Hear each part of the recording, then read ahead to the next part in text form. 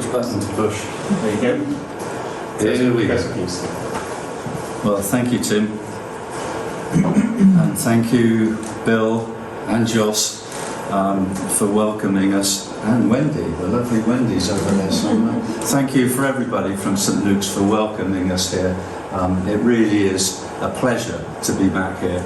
And Kate, previously known as Catherine, and I still feel this is a home from home. So thank you. Lovely to be here.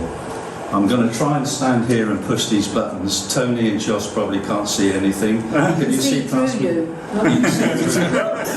can see through. Okay, I'm going to try and operate this. My job here really is to try to give an overview of the past 3 years, and we know it's been a time of tumultuous change for all of us in the UK, and also for those in Kenya. Tim, I think, interestingly added, and the future.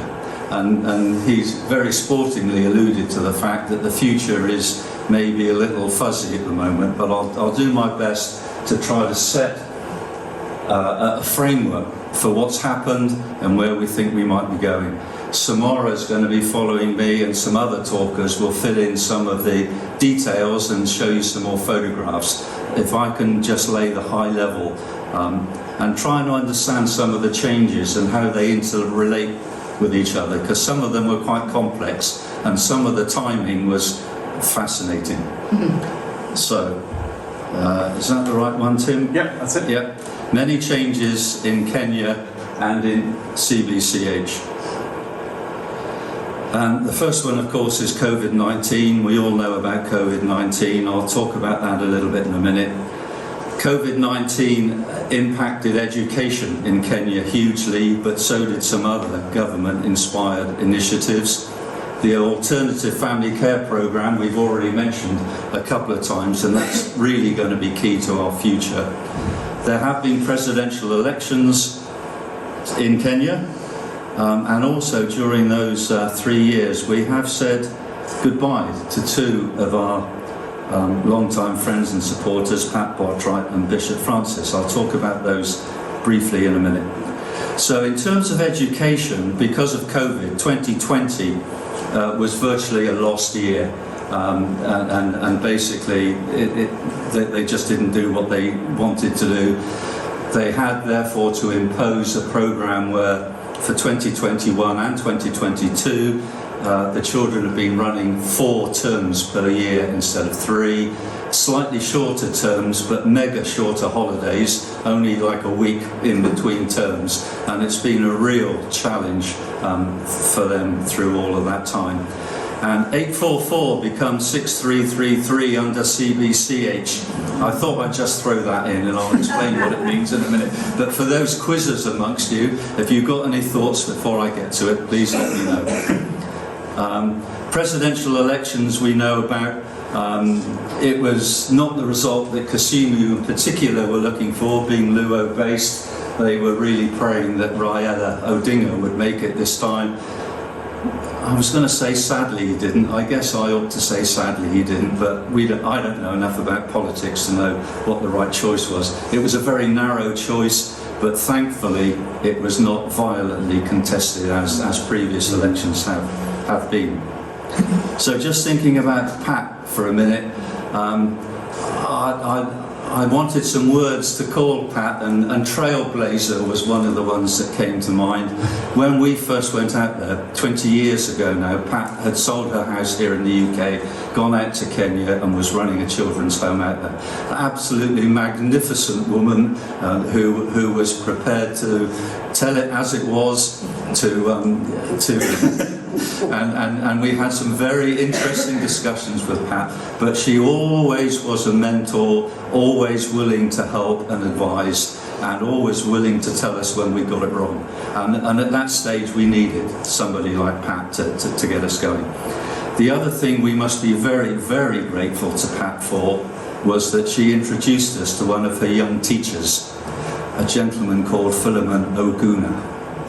And she said, you can trust this man. And Philemon, as you now know, became our manager CBCH manager and has been fulfilling that role for the best part of 20 years now. So it was due to Pat, who introduced us to this young man, that we really have had the stability over that time in amongst all this change. And so we're very grateful for dear Pat. And Bishop Francis, one of our patrons, long-term patrons, again, tell me which way to sway. Tell me which way to sway. And Bishop Francis really a very wise and encouraging patron. We remember him for the big times when he came along to open our new home, and when he came along for the extension. But you know, he was equally doing a lot behind the scenes. He encouraged Philemon, obviously, as being one of his bosses, as Philemon became ordained, but really made a huge difference to us. And I still remember when he claimed the ground for the first children's home, that they do a ground claiming ceremony, and they were claiming it for on behalf of the Lord, that it would be the Lord's work in the future, and they make a mark of the cross on the land, and we had all our we had Big George, who is our architect and builder, and his team in hard hats and all this protective equipment, you know, because they were actually still doing some of the work there. And Bishop Francis came along in his clerical gear, picked up a huge pickaxe and just swung it over his head and made the mark of the cross on the ground. Wow. And George was sort of standing there. and he, lovely man. And he related to the children so well, and he just talked quietly to them and just encouraged them. So big loss over that time. We got widow Alice still there, and we kind of think Alice may be playing some part in our future. We will see. But sadly missed both of them. So COVID-19, very quickly, the first case in Kenya reported in March 2020. It's about 3 months after it was reported here in the UK. I think January 2020 we got our first case. Initially in high population areas, but then spread up to Tiengre. Came in peaks and waves, just the same as it did in the UK. Resulting in May 2020, all of our children were sent back to their rural homes because of COVID. We had a core staff team staying on site just to protect and keep the home safe. The rest of the staff stayed at home. The children came back to CBCH in December 2020 when one of the waves had just decreased, and the schools were due to reopen, having been shut in 2020, in January 2021. And indeed they did, but I will tell you more about that in a minute when one of the other changes hit. So the education schedule that we're talking about here, they had to introduce this new 4-termly basis. They decided to introduce a new curriculum at the same time, which seemed to be like maybe we could do without that right now, sir, but they did anyway. I'll mention that a little bit in a minute. And it was an extremely challenging time for children, teachers, and our supporters alike. But we were thrilled that our children who took external exams did very well during this time. So all credit to the children involved. This has continued through this year, and in January 2023 they'll be back to the 3-term normal schedule.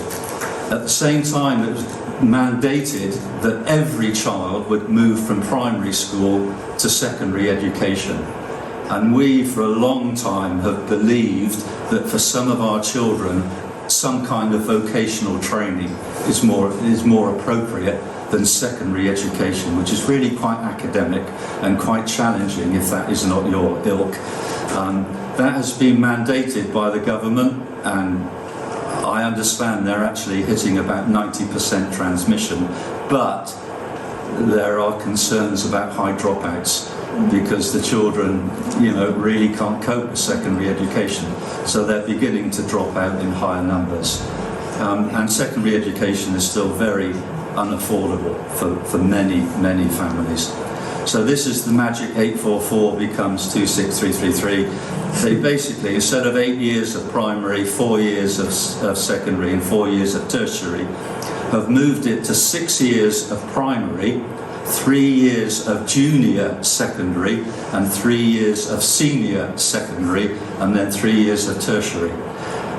And it's all based on this competency-based curriculum theory, which says the education will be more aimed towards helping the children be better equipped to live in the real world and to hold down a job. Unemployment is very high in Kisumu, so it's aimed at moving a little bit away from academic towards helping the children become the kind of people that they need in the real world, in the world.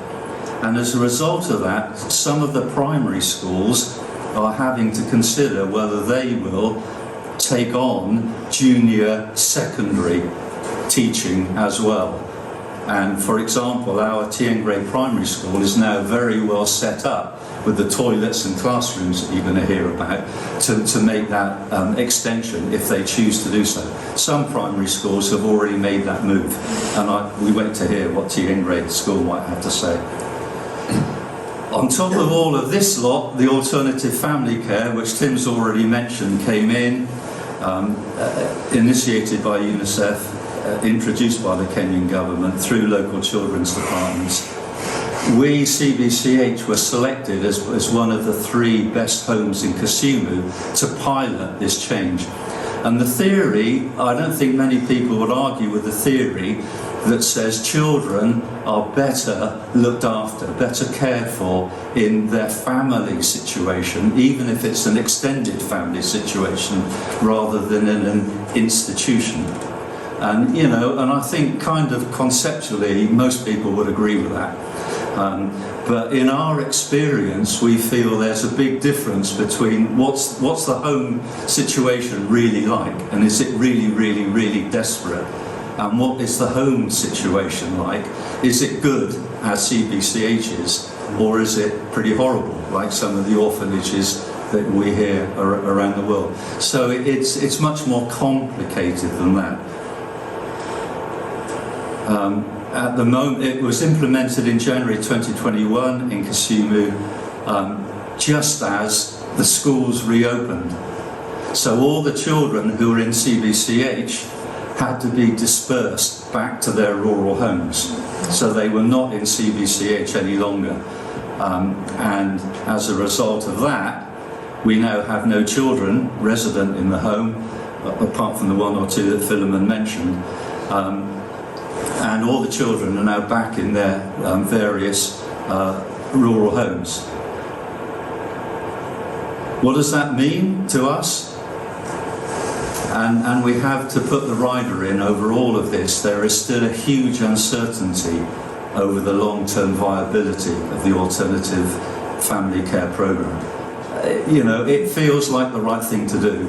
But basically what you're talking about doing is transforming the family lives of thousands and thousands, sorry, I'm looking this way rather than this way, thousands and thousands of Kenyan families who are at the moment not in a position really to take care of their children. And so it's going to cost a huge amount of money. And the big question is whether the Kenyan government has got the funding, the resources, the political will to drive it through. And at the moment, my understanding is it's only the children's homes in the pilot scheme who actually made the change. And all the other homes are just sitting, waiting to see what happens. So with that in mind, what are we going to do in CBCH? Our CBCH is now empty. We don't have children in there. We have made a decision thus far, and how long we maintain it is a subject of debate, that we've maintained our staff levels at the levels that they were at pre-AFC, apart from the fact we've released our chaplain, because with no children in the school, he didn't really have a role. And we've released one of our guards so that we now have one guard on days, one on nights. So we've made a small reduction in the staff. But we feel we are no longer able to offer the benefits of living in CBCH. And we are realising now, actually, there are huge benefits for the children, especially if you project, what they're living like at home. They've got a safe environment, they've got lights, electricity, they've got their friends with them to encourage them with work and all the rest of it. And that is now disappearing. And so CBCH is now no longer used as we intended it, and the staffing that we've got are not appropriate, and the people we've got are not appropriate for whatever new mission that we might have. And we now have new schools which we're trying to look after from a distance. So before, all of our primary school children that Philemon mentioned went to the local Tiengray primary school. But now they're spread out, and we're now looking after, I think it's 15 different primary schools, and they can be quite some distance from CBCH. We're still supporting secondary and tertiary children, and they can be miles and miles away. So we are now reshaping our vision and mission in light of the new circumstances. The basic fundamental is, this is what we're trying to do. This is why we exist, is to provide those disadvantaged children with everything that we wish them to have in a Christian foundation. That is fundamental. Whatever else we try to do has to meet that need. And the way we so far are structured to doing that is that we've promised to continue to support the 94 children who've already gone through our process and are at school or university at some stage. We want to develop our ministry to local families. We need to re-equip and rebalance the CBCH staff for the new team.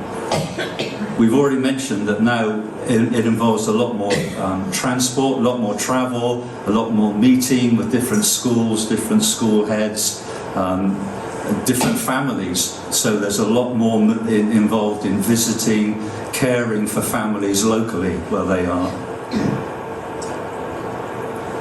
And our two major prongs at the moment of developing our ministry into the local community is the food feeding programme, which Philemon has mentioned, and we're distributing monthly food parcels to families because they've now got their child back home.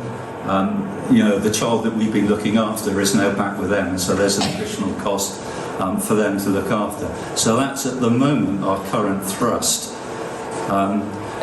We need to do something with our staff, and this is going to be a real challenge for us because they're not going to be the staff that we need to take us into the future.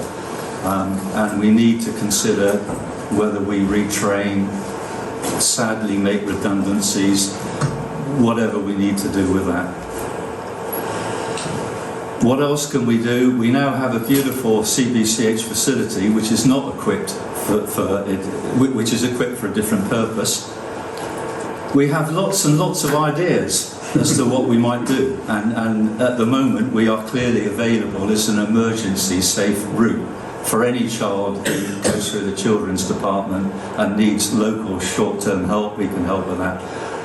Lots of ideas there which we're pursuing, trying to understand which fits with us best, which of those might our staff best relate to, which of them best answers our vision of supporting those in need in a Christian foundation, which is now not easy. And we also have the opportunity of capital projects with other schools. We've been very successful in Tiengray, in TIPS, in the local school, but other local schools we know of are in a terrible state as well. So they could well benefit from some kind of capital development work. So it's a work in progress, and any of you who might have any great ideas as to what we might do with this beautiful facility, with the staff that we've got, underneath that broad ministry and vision, please talk to us afterwards. For now, thank you, all of you, for supporting us in this journey. At the moment, and I didn't get this from SatNav, but I felt like it yesterday when I was trying to drive around the M25. To be honest, the way ahead is not clear. We have some broad guidelines. We know what we're trying to achieve. The detail is not at all clear. But together we will continue to seek the Lord's will and guidance, and we know that you're supporting us in prayer as we seek that. But at the moment it is a time of listening and seeking and knowing where next we should be going. So, thank you very much.